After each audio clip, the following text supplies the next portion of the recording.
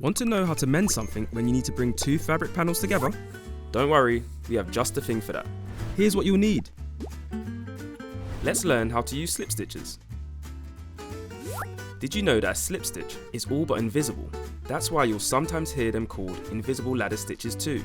It's perfect for joining two folded edges together, like lining in a coat.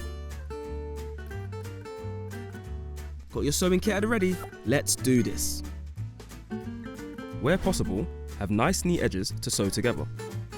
Once you're ready to start, get your needle threaded and tie a knot in the end. Now bring the needle up through the underside of one folded edge so you can hide the knot.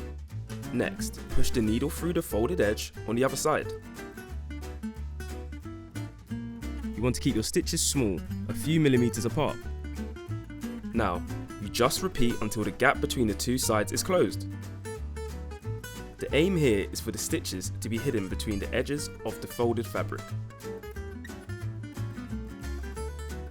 It doesn't need to be perfect, it just needs to be worn again. See? Almost invisible. Matching your thread to the colour of the fabric will help make your stitches more invisible.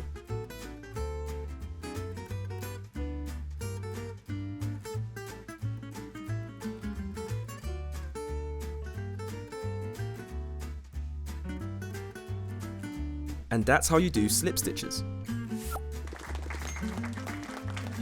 For more sewing and repair tips, check out our other videos in our Love It for Longer series.